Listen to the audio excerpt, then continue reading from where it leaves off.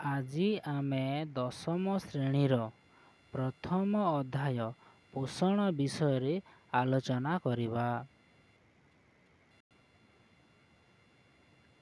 ଶରୀରରେ ସମନ୍ୱିତ ଭାବେ ହେଉଥିବା ଅସଂଖ୍ୟ ଜୈବ ରାସାୟନିକ ପ୍ରକ୍ରିୟା ଯୋଗୁଁ ଜୀବନର ଧାରା ଅବ୍ୟାହତ ରହିଥାଏ।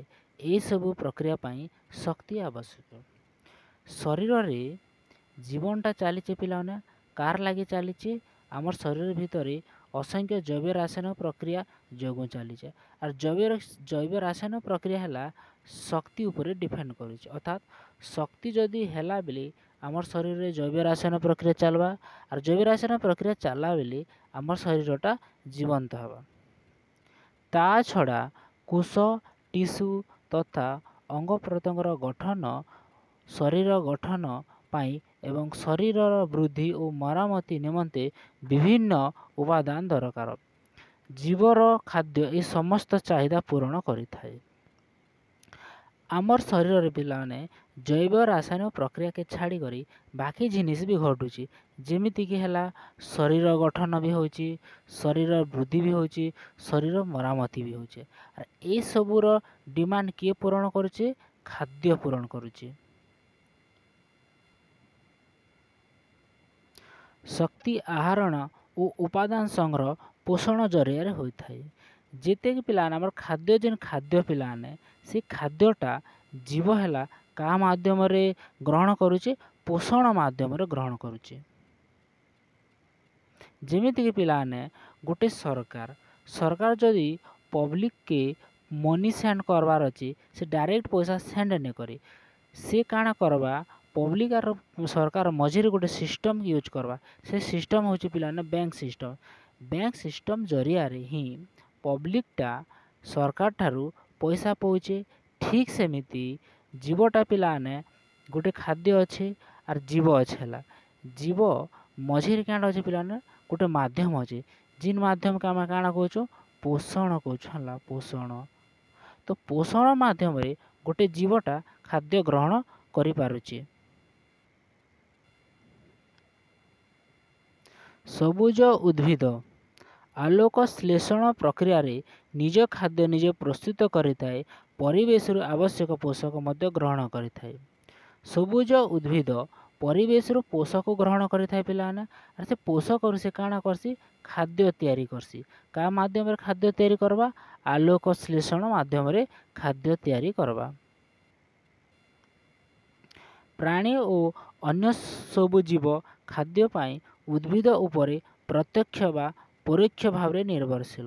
ସେମାନେ ଉଦ୍ଭିଦ ଦ୍ୱାରା ପ୍ରସ୍ତୁତ ଓ ଗଚ୍ଛିତ ପଦାର୍ଥକୁ ବା ଅନ୍ୟ ପ୍ରାଣୀକୁ ଖାଦ୍ୟ ରୂପେ ଗ୍ରହଣ କରିଥାନ୍ତି।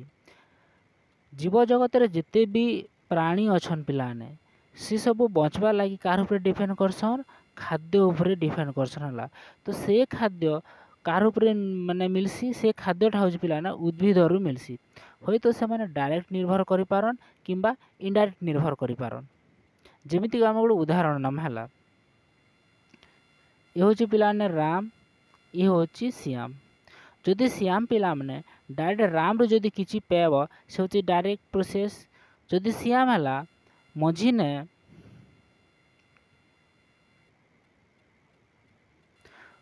କୃଷ୍ଣ ମାଧ୍ୟମରେ ଯଦି ରାମଟା ଶ୍ୟାମ ଠାରୁ ଯଦି କିଛି ପାଇଲା, ସେଟା ହେଉଛି ଇନଡାଇରେକ୍ଟ ମାଧ୍ୟମ। ତ ଏ ପିକ୍ଚରକେ ଦେଖ ପିଲାମାନେ, ଇ ପ୍ଲାଣ୍ଟ ହେଉଛି ଗଛ କାଣା ତିଆରି করে ପିଲାମାନେ? ଶ୍ଵେତ ସାର ତିଆରି କରବା। ଶ୍ଵେତ ସାର ତିଆରି କରବା। ଶ୍ଵେତ ସାରକେ ପିଲାମାନେ ହରିଣଟା ଡାଇରେକ୍ଟ ୟୁଜ୍ କରିପାରୁଛେ। ତେଣୁ ହରିଣଟା ଡାଇରେକ୍ଟ ଉଦ୍ଭିଦ ଠାରୁ ମାନେ ଖାଦ୍ୟ ପାଇଲା। କିନ୍ତୁ ବାଘ ପିଲାମାନେ ଯେହେତୁ ମାଂସାଶୀ ନା, ସେ କେବେ ବି ଡାଇରେକ୍ଟ ଉଦ୍ଭିଦକୁ ସେ ଗ୍ରହଣ ନାଇଁ করে। କାହା ମାଧ୍ୟମରେ ଗ୍ରହଣ କରବା? ହରିଣ ମାଧ୍ୟମରେ ଗ୍ରହଣ କରବା। ଅର୍ଥାତ୍ ହରିଣ ପାକେ ପିଲାମାନେ ଆମର ଶ୍ଵେତ ସାର ଯିବା, ଆର୍ ଶ୍ଵେତ ସାର ହରିଣରୁ ବାଘକେ ଯିବା ହେଲା। ଅର୍ଥାତ୍ ବାଘଟା ଡାଇରେକ୍ଟ ଉଦ୍ଭିଦକେ ନେଇ ଖେଇ କରି ହରିଣ ମାଧ୍ୟମରେ ହିଁ ସେ ଗ୍ରହଣ କରବା।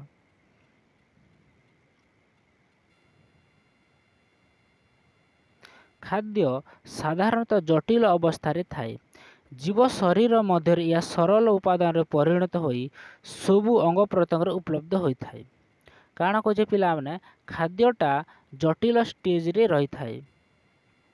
ଏସବୁ ଖାଦ୍ୟ ପିଲାମାନେ ଜଟିଳ ଅବସ୍ଥାରେ ଥିବା ये खाद्य जदि आमर बॉडी भीतर के एंटर करवा तो बॉडी भीतर किए अच्छे पिलाने एंजाइम अच्छे है एंजाइम काଣା करवा ई जटिल खाद्य की से सरलकृत खाद्य चेंज करवा आ जिते सरलकृत खाद्य चेंज होगा ई सरलकृत खाद्य पिलाना आमर बॉडी रो हर पार्ट रे यूज होगा सेटारे सरल खाद्यर दहन और जारण घटी सेतुरु शक्ति मोचित होता है। शक्ति मोचन एक तथाकथित ध्वंसात्मक प्रक्रिया यह अपचयर एक उदाहरण। जारण बेले काଣା पिलाने जारण बेले ऑक्सीजन सहित मिसवा है जिते बेले सरल खाद्य पिलाने ऑक्सीजन सहित मिसवाना सेते बेले काଣା हवा पिलाने शक्ति तैयारी हेबा आर शक्ति काଣା गोटे है तथाकथित ध्वंसात्मक प्रक्रिया इटा गोटे किन प्रक्रिया पिलाना अपचय प्रक्रिया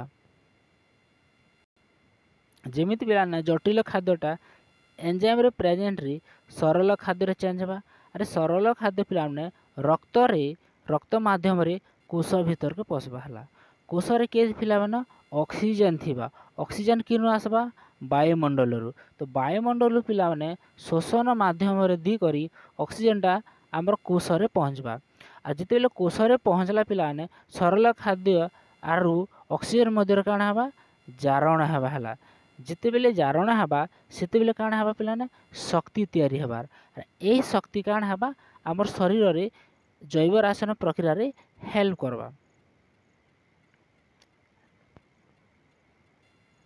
तो जटिल खाद्य जदि शक्तिर परिवर्तन हवा पाई जो प्रक्रिया यूज होचे पिलाने से प्रक्रिया काଣା कहछन अपचय कहबा हला अपचय माने जटिल खाद्य जदि शक्ति रे चेंज होई सेते बेले से प्रक्रिया काଣା कहबा अपचय।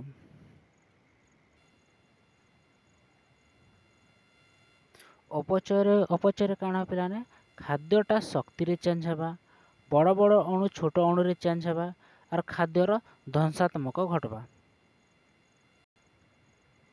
सेपरी खाद्यरु शरीर गठन आदि पाई आवश्यक उपादान सृष्टि हेबा एक गठनमूलक प्रक्रिया यह चय कहुए।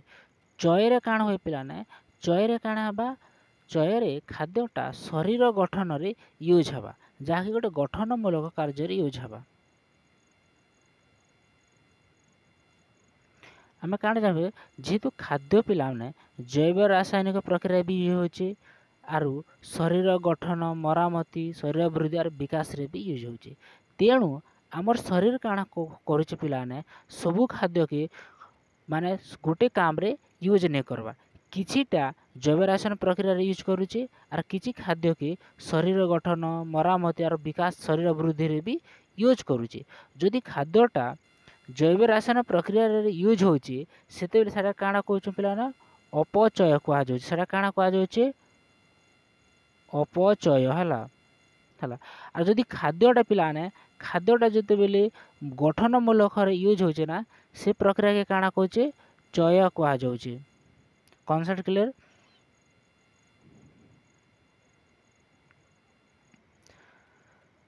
चय और अपचयर समारोह होची चयापचय। चयापचय बेले काण पिलाने चय एंड अपचयर समाहार अर्थात चयापचय पिलाने माने शक्ति भी तैयारी होची एंड गठन कार्य भी होची ए दुईटार मिश्रण होची चयापचय। या जीव शरीर सब बेले चालू थाए या जीव शरीर पिलाने कंटिन्यू चालू थाए तेणु गोटे जीव सक्रिय और जीवंत रही पारुछे और चयापचय चलबा लगी किए हेल्प करुचे पिलाने खाद्य।